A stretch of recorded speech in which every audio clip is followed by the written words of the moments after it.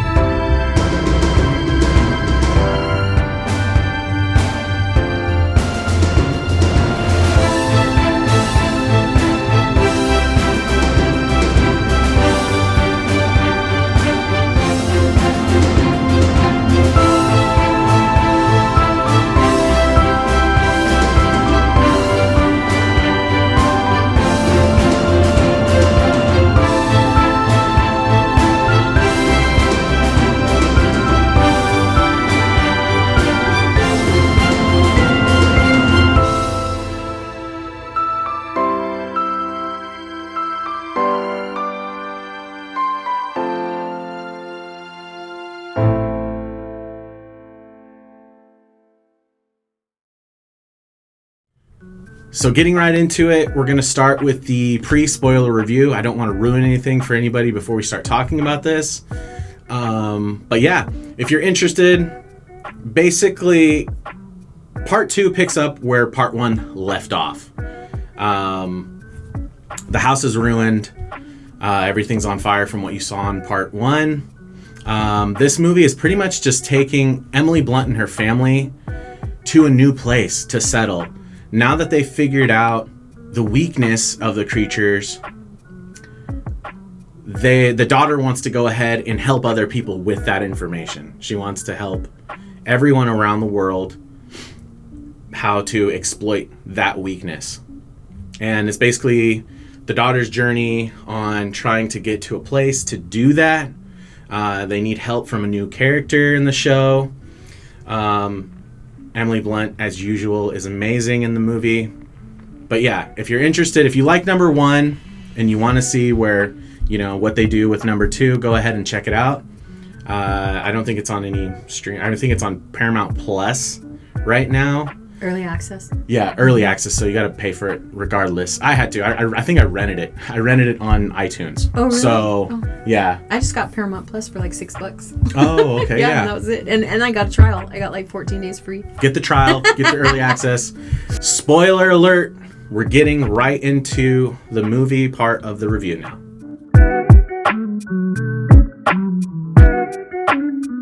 So my favorite part of this movie probably was the beginning, just because I'm a big fan of John Krasinski. Is that how you say his last name? Krasinski. Mm-hmm. Anyway, and also because it had been a while since I saw the first one. I mean, I actually went back to see the first one first before I saw the second one with this, just to kind of refresh my memory. And I don't know, I just feel like bringing him back in the beginning really kind of lures you in anyway, so you don't feel so lost, because I feel like if they wouldn't have done that, you kind of would have been lost. That's just me, kind of going back. And also I felt like it also set the tone.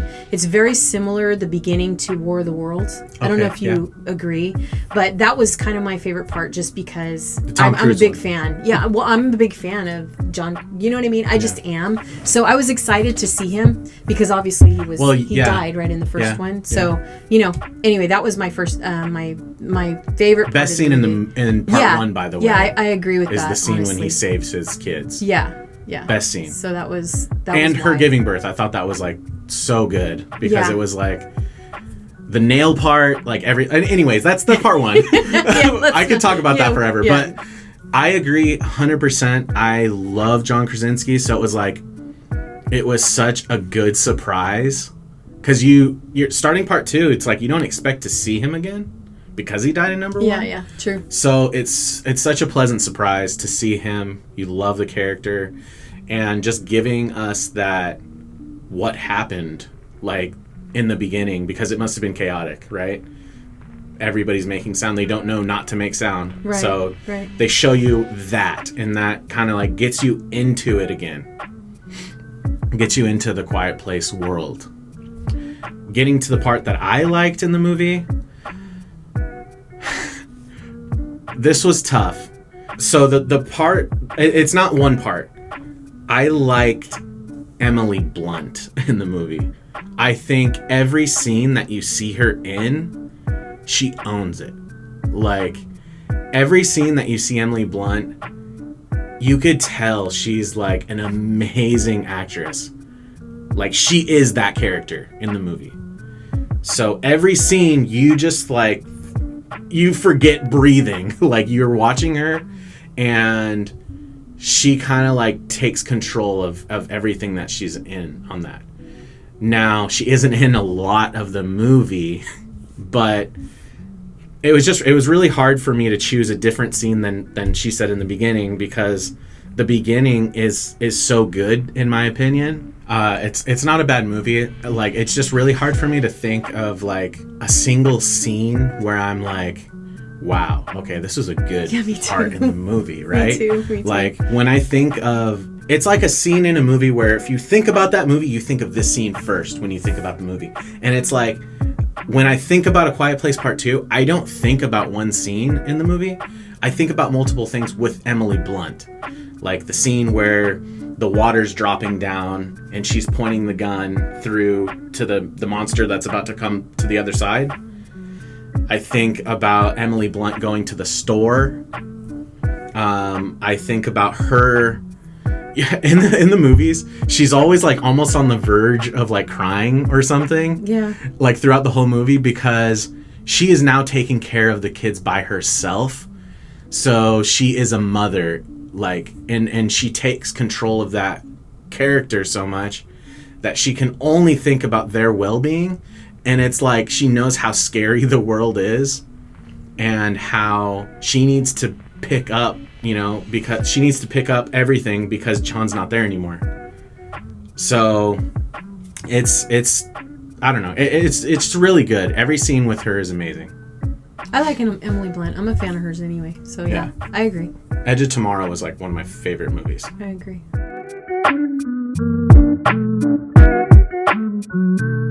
I think, and maybe one of you out there might agree with me or may disagree with me, but I thought the dock scene was just stupid. I mean, it's not like I didn't, it didn't bring like something interesting to the movie, but it just was off. Like, all this little community of people that comes out, and this little child, and the child didn't really do anything weird. Like, I was expecting, like, if you're going to get a demonic child involved in it or something, like make it do something strange, talk weird, or I don't know. And then I don't know. I wasn't vibing with that scene. So that's probably the most uninterested I probably was to the movie. And that's the reason why, just because I was like, wait a minute. I mean, not to say that they found the boat, right, and everything, so it's not like they weren't on their way somewhere. Mm-hmm. But it just was weird how they brought those people out of nowhere. But I guess maybe that was the point. I mean, I can add on to that, because my answer goes on with this, is the biggest thing with the issue with me in this movie is the unrealisticness of this movie. Yeah. In the first one, they tell you every sound it could be your death, right? These creatures show up like that. Yeah. Every single time there's a sound. So if you watch this movie again, you'll just see, like, they're walking around. Okay, you saw with the house set up in number 1, there's sand everywhere. They are barefoot on this sand. Everywhere they walk, they prepared every place with this sand so it makes the least amount of sound. In part 2, they're all wearing shoes, first of all. There's no sand. They're walking on everything. They're all making noise, like, randomly. Remember, they're, like, in the first one, they're scared to talk in the first one. In this one, the deaf girl is talking. There's just so many unrealistic things about this. Like, in one of the first scenes in the movie, they go to like the factory, right? Where Cillian Murphy is. He's watching them through a sniper scope. They're walking through this little field, right? The boy steps in a bear trap, right? He instantly screams at the top of his lungs. Yeah, that's true. In this world, if you knew, okay, it's like, yeah, like I'm sure he's in indescribable, excruciating pain. Right. Right? But if you make that noise, you are killing your entire family now. So, like, that to me, that the second I saw this, he doesn't scream once, by the way. He screams twice at the top of his lungs. His mom is holding his mouth. He continues to scream. It was, like, so ridiculous to me. And I'm just going to say this right now. I hated that kid. The entire movie, I was like, dude, this kid needs to be gone. Like, can that just happen? Like, can he just be gone? Like, his character was so unrealistic. So he steps in this bear trap. He screams. They kill the monster because they figured out how to bring an amp, power it with her hearing aid, and then the mom shoots it with a shotgun. At that point, it's like, you can literally just keep doing this. This process, you could keep doing it. I don't know why they ran after that, because they hear another one come, right? Why would you not rinse and repeat? Do the same process, kill the next monster until there's no monsters in the area, right? Why would you not do that? Like, I don't know. Like, that was like the first thing that went into my head. The kid breaks his leg or whatever. It gets screwed up. Later in the movie, his mom tells him to sit tight. This kid is walking around on this like jacked up, messed up leg that he knows monsters are around. He's just walking around aimlessly, investigating the fucking facility. Like, I didn't understand what was going on. I don't know. Just the unrealisticness killed it for me. It was like so bad. Just eliminate all the nearby monsters. I would think that, like, if you're watching some of this and you're a part of this movie, like, as the editor, I'd be like, dude, this is like such a major issue, like, from the first movie. I'm sorry, I have to go to my next point because it was like huge. And you're right, with the dock scene, there's nobody there. There's like that little girl there, right? And so, like, if you're worried, she's a child, right? So it's like, what are you doing out here? Like, are you okay? Where are your parents? Right. Whatever. I can get that. Like, it's a child. You want to make sure they're okay. He's not like a heartless guy, right? But out of nowhere, there's like 50 people surrounding them. Before they go to the dock, you see there's a scene where they're on top of this hill overlooking the dock. There is nobody there. There is nothing there, right? They go, and it's not like there's huge obstacles in the way. The next scene is them literally going down to the dock. They go up to the girl. All of a sudden, there's 50 people surrounding them. Surrounding them. It's not like there was like a whole bunch of boats where they were on the boats hiding and then they came out. There might have been a few of those. Sure, and I can believe like maybe 10 people, right? That makes it more realistic. There's 10 people. All of a sudden, there's more people. No, they all come out at the same time. They're there surrounding them. The dude is like within arm's reach of them. The crazy dude. Well, they don't even fight. Like, even when the monsters come, they don't even like do any, you know. Here's the other thing. The dock scene. If you notice, the creature is running up the dock, killing all of the people on the dock. They're running in a straight line. Okay? Would you not just jump off into the water? Like, it made zero sense to me. That's the only reason why I mentioned it, because it just was like, there was a lot of things. Yeah. Well, I feel like, first of all, part two, because everybody struggles with part twos anyways, like, you know, the whole sequel thing. But, like, to keep yourself interested in the story, you know what I mean? And then to go off, like, way off like that, like, way off like that, it's just like, anyway.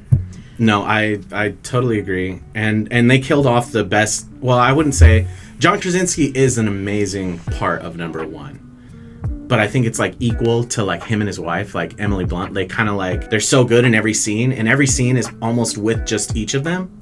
Right? So when you kill off 50% of the reason number one was so good, like, you have to bring something else in. And Cillian Murphy's character, I like him, but all of a sudden they did too many things where it doesn't make sense how it goes with the realisticness, like how he knows this. He is talking to her. You're not supposed to talk, first of all. Even if you were like low talking, you're out in the open and he's talking to her out in the open. She tells him to like slow down his talking.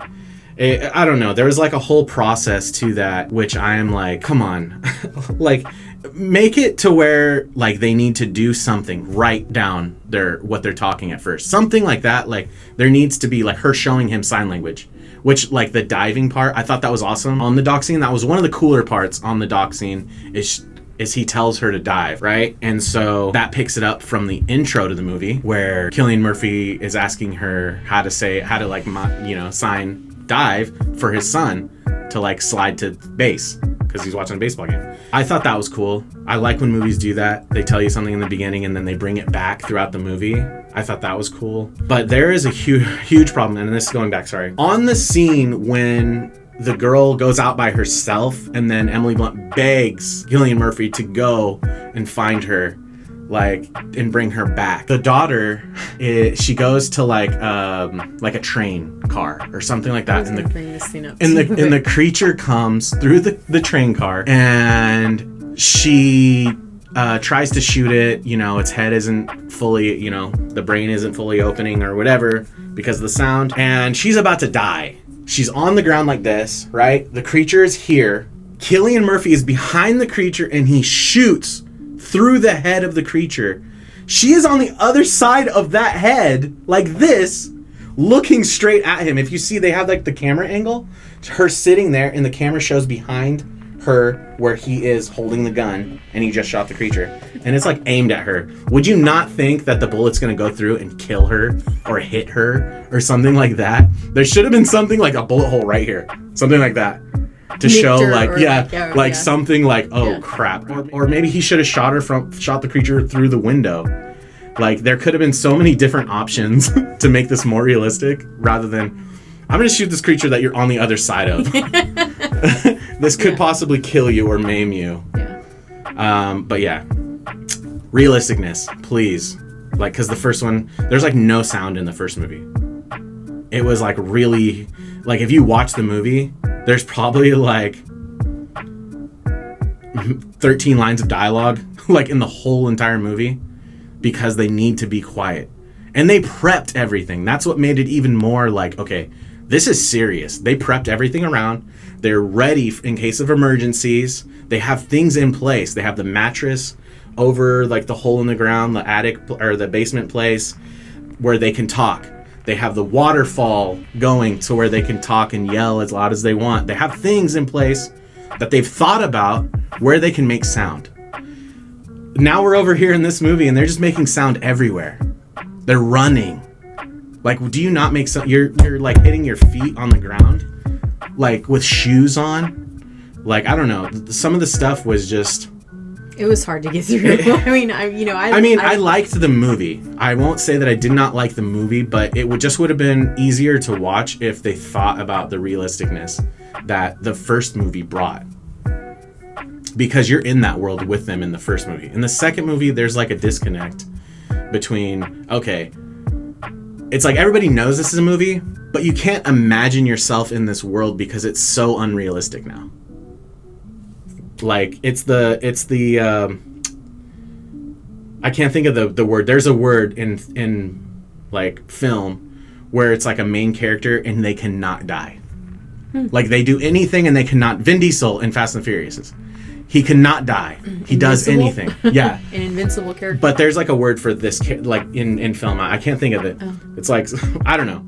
Basically, this character is God. They cannot die no matter what they do. There's always going to be some last minute save. There's always going to be some ridiculous, them jumping 20 stories and living thing. That is the little girl in this movie, to me. And I would think you'd have to be more scared. I wish they would have shown like her be more scared in this movie because it's unknown. And being deaf in this world where you don't know if you're making sound or not, wouldn't you think like you'd be scared to move, right? if I can't tell if I'm making sound or not, and these creatures will kill you by sound, would you not be scared to take a step? Like, would you not be scared to look in your backpack? Like, I don't know, like all of the motions that she's doing, every motion, you'd have to think, is this generating sound? And I don't know, there wasn't any of that to me. Like, I know she wants to help people, and that is like a good cause. But come on, you're a deaf girl in a world of creatures that will kill you like that, no second thought. So, I don't know. I just think there should have been something like that.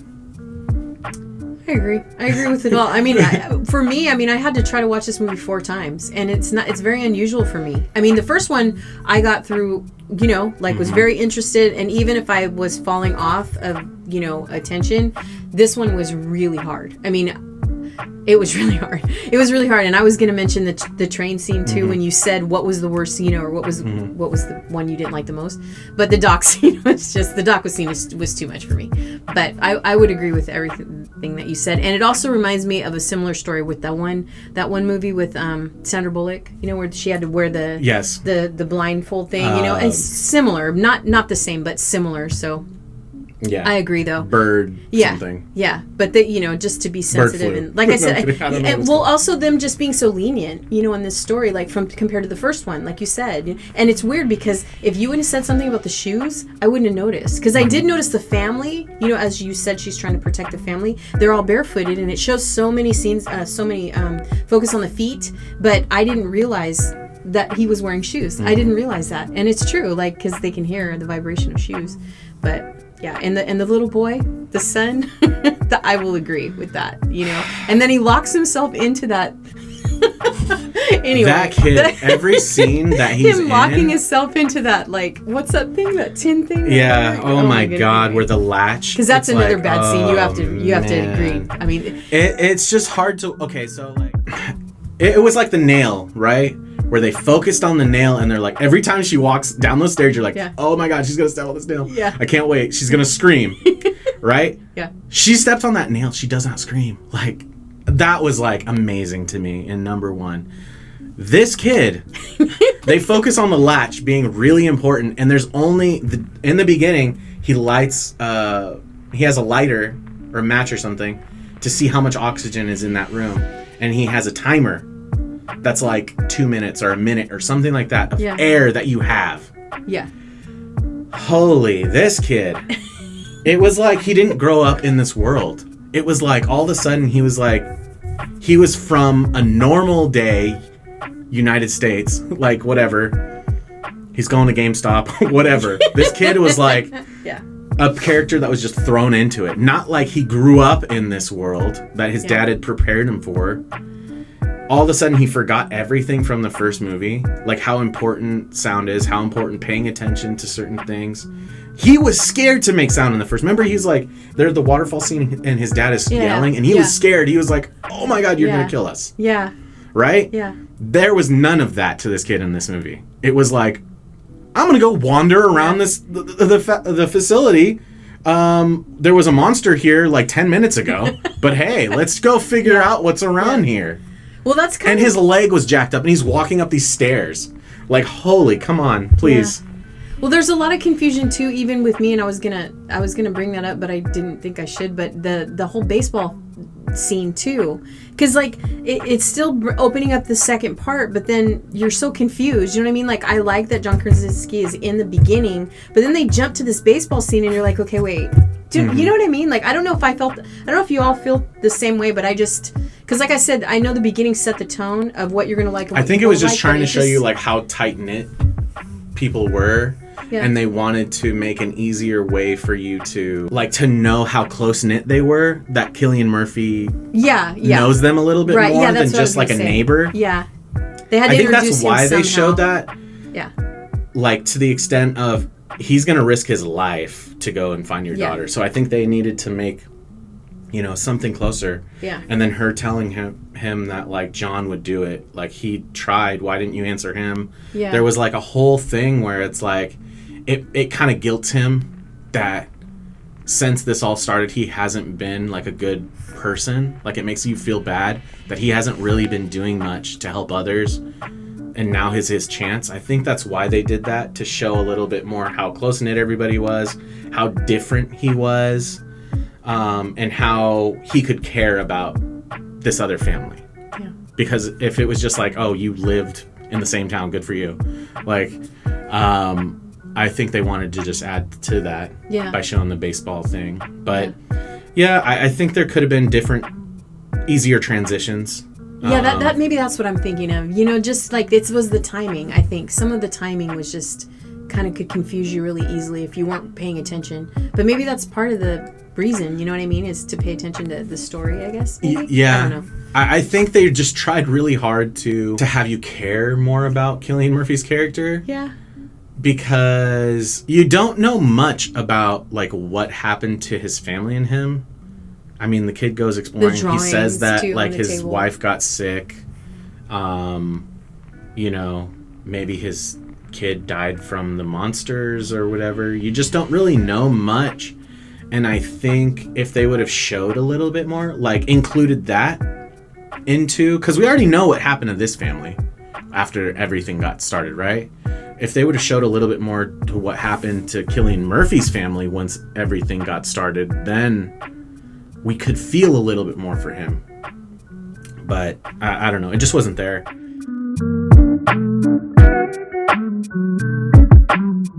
Well, actually, this might be off left field, but I would change the monsters. Okay. I mean, I just would. Because when I first saw this movie, I was like Stranger Things. I did not like.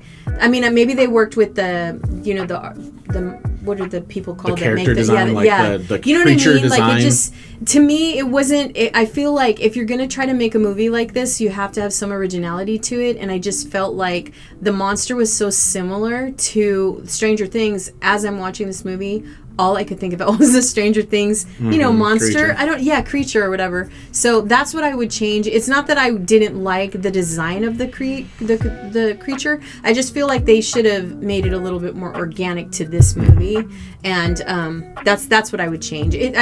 Obviously everything we've explained about the story and how it kind of jumps around and how there's like little compartments of it that don't make sense. I just think that the monsters, because you don't see them very often, I feel like in order for them to really, like, you to remember, like, wow, or get that wowsy kind of thing, I would have changed the design of the monster just a little bit. That's what I would have done.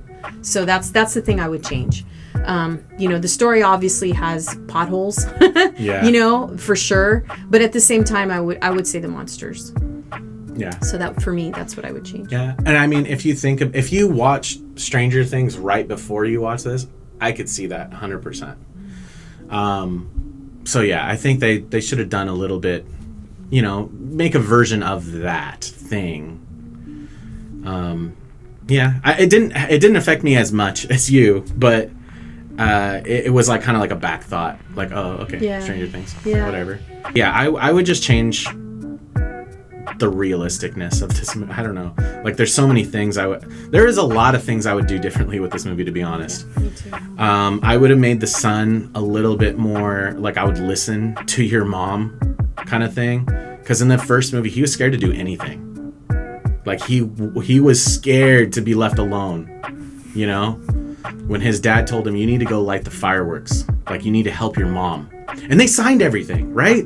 That's the other thing. Oh my God. It's like they did away with the family signing things together from the first movie, so they didn't have to talk. They don't do that at all in this movie. Like, well, he could have made the son a badass too, you know what I mean? Instead of like that too. The man of the family now, you know what I mean? Instead of being so like weak and scared and frail with his dad not being around. Oh my God. You know what I mean? Okay, wait.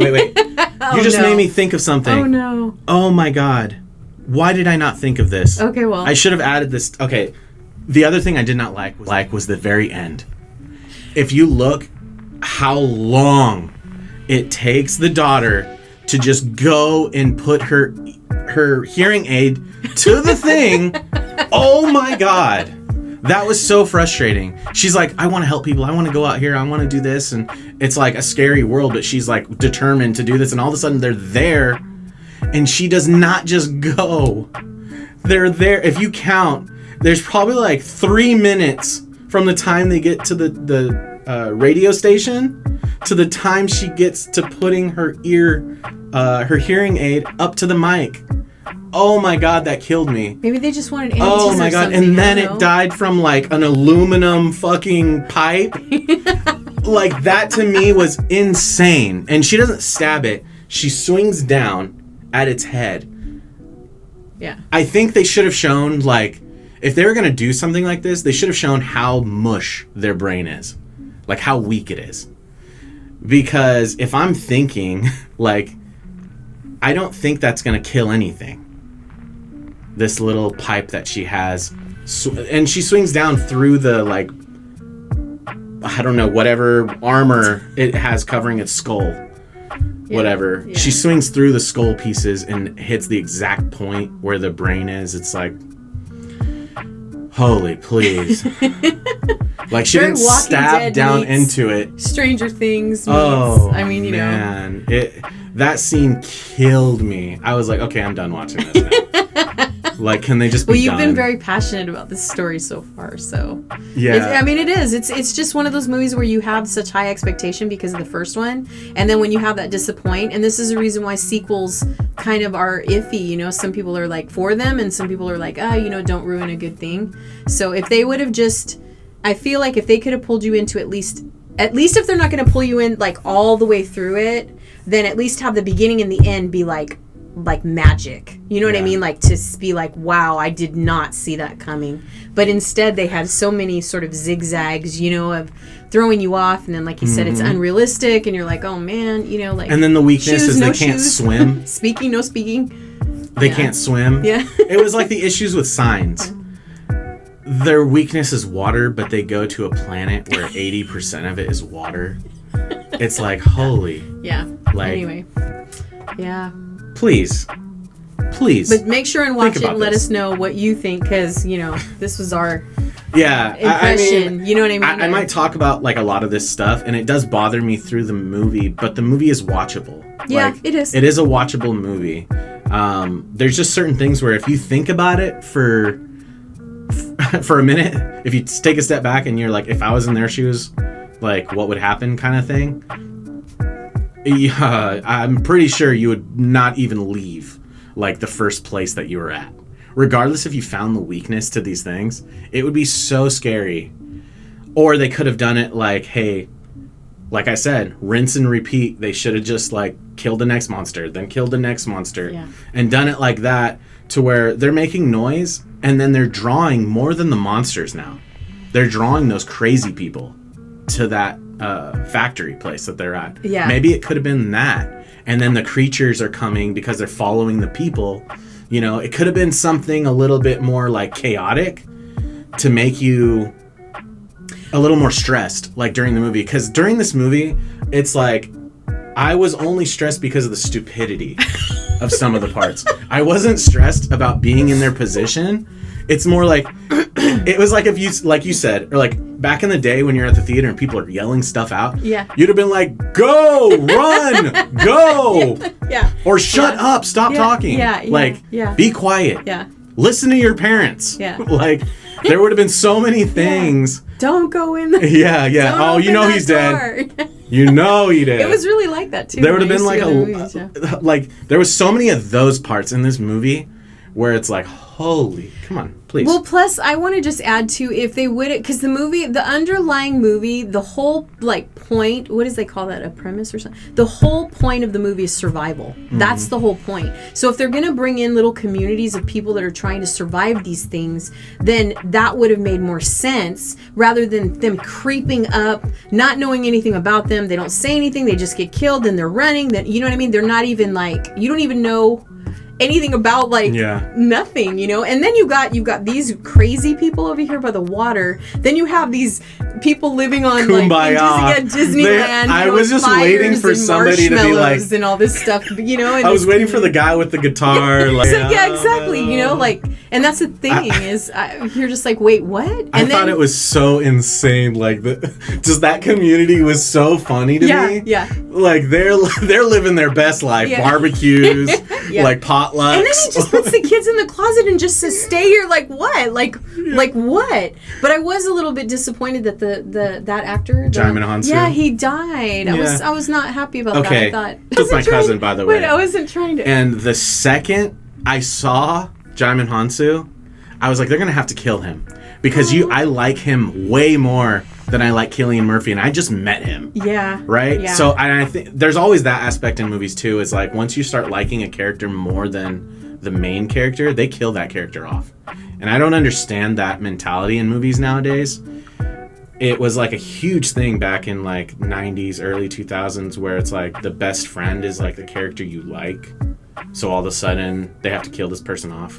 Yeah. Just for you to care more about the main person. I know. That they're putting their money into. I that was the problem with Mortal Kombat for me too, is they had this nobody that they made, they force him to be in front. Anyways, that's neither here nor there. Yeah. Anyway, I was just disappointed that he was there and then he was gone. Yep. But that little colony or whatever that they went to was just like Kumbaya Island. What? Like those monsters don't they can't. They've been jumping and flying everywhere else. Like why would they not be on that little island? Yeah, and he's like, once we knew that water was their weakness, we stayed on this island and we've been broadcasting. But yet they jumped right over that little lake or whatever it was. Yeah, it's like they're broadcasting somewhere beyond the sea. I imagine like the guy playing the guitar next to the fire singing this song like over and over again. Yeah. Everything, Like anyways. Yeah. Anyway. Yeah. Okay. And that's that. There's that. Right. And that's all I have to say about that. Right, exactly.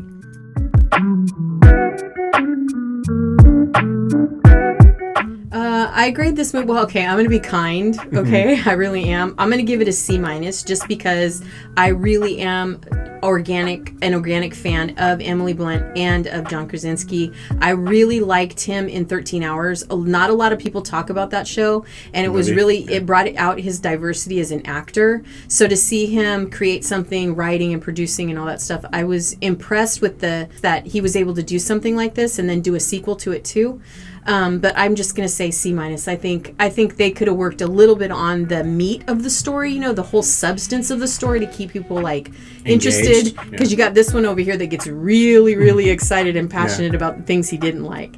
And that was just it. So I think C- is fair. I would have went a D just because I feel like the timing could have been better, with all of the little instances that happen in the movie. But I'm going to say C- for me. I don't want to give it a D+.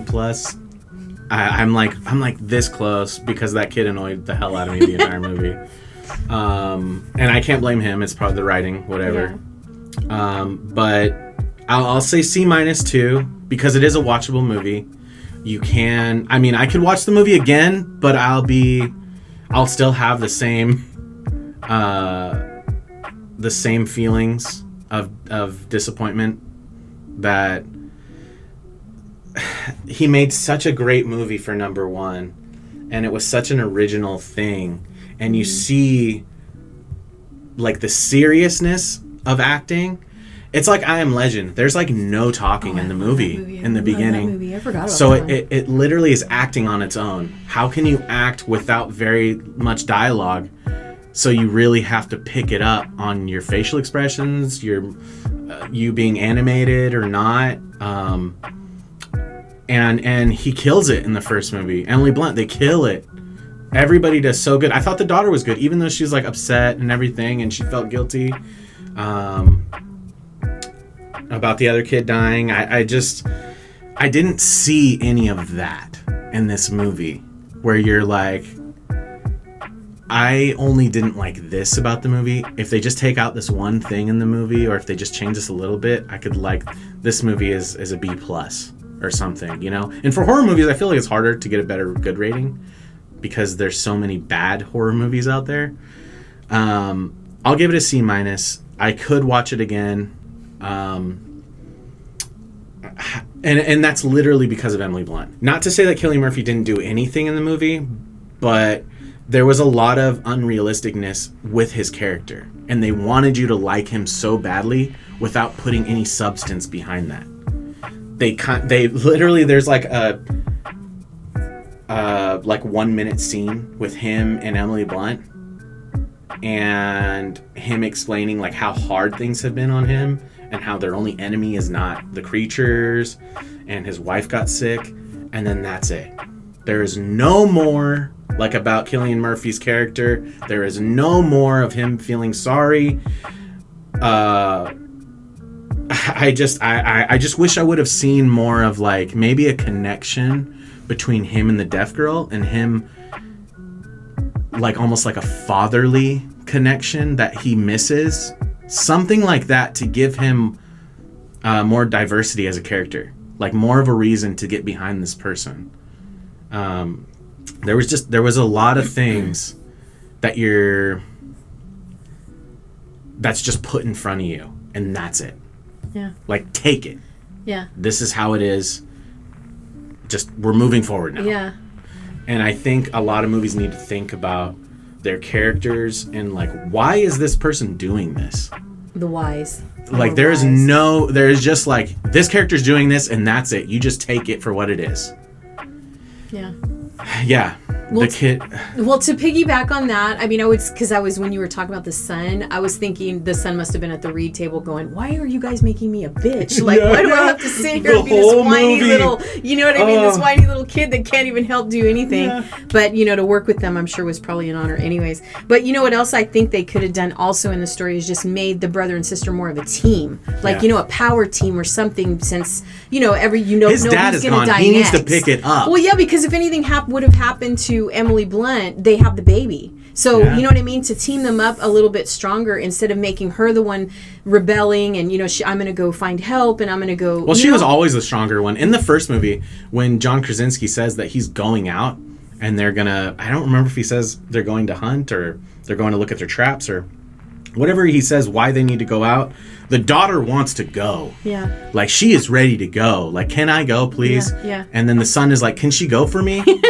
Right? So I guess maybe they always wanted like, the son he was to be always a little bit weaker. like that. Yeah. It just made no sense why he's all of a sudden curious about leaving the safety and watching the baby. Yeah. Like, that made no sense to me at all. Yeah. And it didn't do anything for the movie for him to find the dead wife still in her bed. Yeah. Like, it didn't do anything for me. Like, it doesn't make me feel more sorry for Cillian Murphy. It doesn't make me like this kid's curiosity. All that did was bring the creature. And if they wanted to do that, the baby could have made a sound. Like, they could have done something small that's more realistic. It just didn't make any sense. There was too many things, and this kid was just like a little pansy. And oh my God. Like, he's the man in the family now. Like, your dad, you literally saw your dad kill himself for you. Like, he got himself killed for you to survive. You need to pick it up. Yeah. He is gone now. You saw everything he did for the family to keep them alive. What were you doing all that time? What was he doing? Oh boy. This movie was just really a hard one to find, to say positive. I mean, obviously nobody wants to be negative about a movie, especially when your favorite actors are in it. But at the same time, it was just really hard to find the really strong points of the movie, the positive points of the movie, to encourage other people to say, hey, yeah, this was a great movie. Yeah. I mean, like I said, it's trending. And I do think that he's, I think he's doing really well as far as a writer, as far as a producer, and bringing to the table something new, especially these kinds of stories. Like he says, like Ant says, is that they're really hard to be successful with, Mm-hmm. And with the first one being such a powerhouse, and everyone was talking about it, and then for this one to kind of gear towards, but either way, I don't know. I think I think it's worth seeing if you haven't seen it, mm-hmm. and make your own decision, But I think especially go back and watch the first one first, and then watch this one, and then you'll see what we're explaining, our point of view on it, because it was just, the first one was gripping, and then now, mm-hmm. you're just like, oh man, you get a little mm-hmm. bit disappointed with it. Yeah. I mean, I harp on this movie super hard, but it's a decent movie. Yeah, at the end of the day. For a horror movie, for Emily Blunt and Cillian Murphy trying to carry these kids who they're really not in anything, right? Like, that I think is amazing too. If you think about it, like kid actors who really aren't in anything, and then all of a sudden they're in huge blockbuster movies that do really well, and then they have to pick it up because now everybody's expecting you to like be those actors now. Yeah. Right? It's like Haley Joel Osment. Like you saw Sixth Sense, you wanted him to continue. True. Oh my gosh, like that's how right. good he was. Yeah. Like in everything you see him in, you're like, oh, I'm getting that Haley Joel Osment in this now. So that's worth watching. So I think like there's a level of that that goes in. That goes into your expectation of the movie. You see Emily Blunt, she is consistent all the way through the movie. Cillian Murphy, it's like I had such high expectations when I saw the trailer. I was like, wow, okay, they got Cillian Murphy in this. Like, okay, I love him. Like, 28 Days Later was like one of my favorite zombie movies. Yeah, I like Peaky Blinders, the show. There's just I liked Red Eye a lot too. Yeah, I was thinking about that when you were talking about. But you just don't see, like, they didn't let his potential come out in the movie. And I think that would have been like the connection between like father-daughter thing they could have, gone on with. They could have made like him pretty emotional, like about his family when he sees Jaimin Hansu and like their family's like being all like nothing's going on. So it kind of he remembers how it was normally with his family. It could have been like a flashback at that point. It could have been him sitting by his wife's bedside and her telling him like her last words or something, like something for you to care more about his character for him. Where you're like, okay, dude, you need to live. But what this movie does for me is now that they've exposed like, the weakness, they found out, they got to the radio station, they're doing all this stuff. There's no need to make another movie. Oh yeah, that's what I was going to say. I was thinking that maybe they did the things that they did because they're going to lead up to something else. I don't know. Anyway. Like there doesn't need to be another one. Yeah. Okay. I agree. But yeah, C-. Go watch it. I'm not saying don't watch it. I might have harped on a lot of things. If you sat through this and you haven't watched the movie, think about it though when you watch it. Like, I'm not saying don't watch the movie. It's worth watching. But yeah, go check it out. Yeah. It's on Paramount Plus. Yeah. You can even wait for it to come out, so you don't have to buy the early you get access. That free trial. Okay? You know what? But I'm just saying, too, though, they have the first one on Paramount Plus. So like I said, even if it's been a little bit of a time since you've seen the first one, see it first and then see the second one. And then you can kind of see what we're talking about in terms of like... And I hate to say that we have to compare them because, each one of them kind of should carry themselves. But at the same time, you expect, because the way that they end, you're just so excited to see what's going to happen next. And then when you see it, you're like, man. It's like TV shows. If it goes, season 1 was really good, and then season 2 is like, what's going on? They killed like the main person from season 1, and then what's that one show everybody was expecting on HBO when you go that last season? Game of Thrones. See, I didn't even want to go there. I didn't want to go there. But anyway. Yeah. Yeah, it's just one of those things, I'll go into that like in another video. Yeah. But Game of Thrones, wow. We should break that down or you should break that down with one of your co-hosts. Because a lot of people were very disappointed at that. I think it's still one of my favorite shows for sure. Yeah. Because it's with that last season though, it was the most talked about because everybody had such high expectations on the wrap of that, And I mean, there's a lot of people who are like, it is what it is. Like, it's still a good show, but it's like, come on. Yeah. They're spending $1 million per episode. Like, this better be the best thing I've ever seen of all time. Yeah. Anyways, that is our review for A Quiet Place Part 2. Go watch it. Re-rate it as C-. Maybe you think it's a B, B+. If you think it's an A, you're delusional. I'm sorry. Oh my goodness. Okay.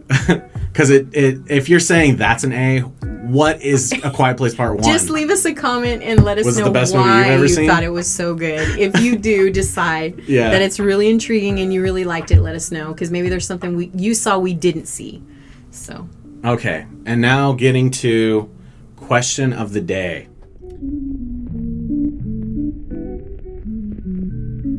Which 2 horror monsters or characters would you like to see battle each other in a movie? Okay, I'm up. I went back and forth with this one because all the standard ones that you think, like, Alien versus Predator, and then you think of Godzilla, and you think of all these things. So I'm gonna go old school, and I'm gonna say Anaconda versus Lake Placid. Oh. So I thought maybe, because really I was reaching. And then I thought Tremors versus Predator, or something where you kind of take something vintage and you take something new. Because Predator always had that vision and stuff, but the Tremors were always underneath the ground. You know what I mean? And the kids loved Tremors when they were young. But I don't know. I remember Lake Placid was a big deal, even though it was kind of like a bomb movie. Like, it wasn't the greatest. I liked Lake Placid. It was great. If they go back and redo the CGI, that will still stand up But, like, today. because I was thinking you can't do Jaws, right? Because Jaws is ocean, and Anaconda and, like, Lake Placid are both river. You know what I mean? So I that's what I would do. I would say Anaconda versus Lake Placid, which is kind of the big croc. Yeah, or the Kraken, something. Something to battle the Kraken. I don't know. That's me though. Go ahead. Okay, so you actually just touched on mine. Oh really? Oh my God! Great minds. Yeah. Great minds. Mine was the Kraken. Okay. And I don't know if you agree with this, because it's like I said, horror monster, but I consider Godzilla to be a horror monster, and I would say Godzilla versus the Kraken would be pretty cool if they updated the Kraken. Like more of almost like a Cthulhu kind of Kraken would be sick. That's But yeah, because I think Godzilla started out as a horror genre, right? Like horror sci-fi. He did, yeah. He did. So I think that would be pretty cool, in my opinion. But I actually had two. Sorry. That was the first one my mind went to when I was thinking of, like, oh, horror. Like, let's see what's going on. The other thing I would want to see is, and it's more of like an idea, Insidious, at the end of the movie where the dad goes to, like, it's almost like the Upside Down. Like, he goes to the place where all these, like, ghosts and, like, evil entity things are. If they brought Freddy Krueger, sorry. Oh, okay. Because he's already, like, in a dream world. Yeah. So I think that would be pretty cool, like, all these, like, different ghosts and things, like, trying to fight with him. Oh, my God. You just... But, yeah. Yeah. The other thing I want to see, I'm sorry, is 13 Ghosts. I would love to see that movie remade. Just as it is, I don't even care about it versing like another horror thing. 13 Ghosts, I think it's one of like a forgotten horror movie, but it's like the original Cabin in the Woods thing, where there's like these 13 different evil things, and they all have their own stories. I thought that was really cool, but all the movies in the 2000s were like weird as hell. Yeah. They had like music that did not match the movie. Have they had anybody go against the Texas Chainsaw guy? Oh, no, Leatherface? Yeah. I would like to see somebody go against him. I just don't know who. You know what I mean? Like, or maybe take something new like Predator and then put it against something 1970s, you know what I mean? As that. Maybe like Hills Have Eyes versus or something. Texas Chainsaw. Yeah, it would. That would be cool. It would be something. That'd be cool because it's you know? like people. I miss like horror movies in my day were like so much more exciting and like so much more like don't touch that or don't go there. Or, you know what I mean? And now all of a sudden they have so much animated and computer graph. You know what I mean? They just have. There was a lot more like this could happen to you if you don't go to wrong turn. If you go to the wrong place in the woods. And you're by yourself and you see a cabin. Yeah. Do not check that cabin out. Yeah. You leave. Yeah. If you run out of gas, oh my goodness, you better be quiet. Don't be yelling. Don't be calling out for people. Yeah. You make sure your phone is charged.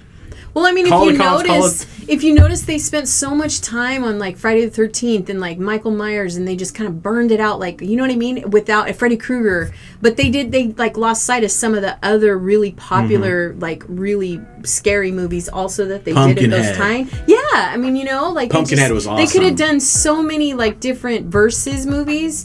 Just bring to see. that back. Yeah, Pumpkinhead was such a good idea. There's this monster who you can summon to get your revenge for you. Yeah. Right? If your family was wronged, if your wife... You know what would have been awesome?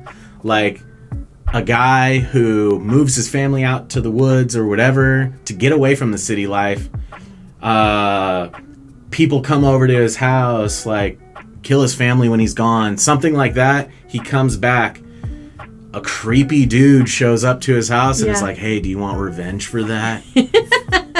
Like, go out to this place. Just, almost like Pet Sematary type thing. Yeah. Go out to this place. You can summon this creature. It'll get your revenge for you. I think that would be so awesome today, like, because it's so nostalgic, and it's something like I'm sure people nowadays, like kids nowadays, don't even know Pumpkinhead. Yeah. So it would be like a new thing, but the idea is so good. Yeah. I don't know. There's a lot of horror movies. Then when we're the getting horror like genre, way. but it's kind of good that we're bringing up the horror genre because we're headed towards Halloween. Mm-hmm. So it's like, it's kind of the time for you to start thinking about like horror movies. Go and stuff rent like Pumpkinhead. That. Yeah, I mean, because that was a good question for the season because everybody kind of pulls out their old favorite movies, and this is your chance to kind of maybe come back. 13 in the comments. Ghosts. Yeah, come back in the comments and let us know what characters would you put together, to see you'd like to see them battle. Yeah, definitely. Yeah. We took a lot of time answering this, but it's because we're so passionate. Go check out 13 Ghosts. Go check out Pumpkinhead. Go check out Lake Placid. If you haven't seen Anaconda, you're living under a rock. Right. Go watch that movie. Yeah, for sure. It's J-Lo. Yeah. Yeah. And and the guy that played in Mask, too. That guy's in there, too. Yeah. Eric Stoltz. But yeah, go check it out. We'll see you in the next one. Like and subscribe. Thanks. Bye.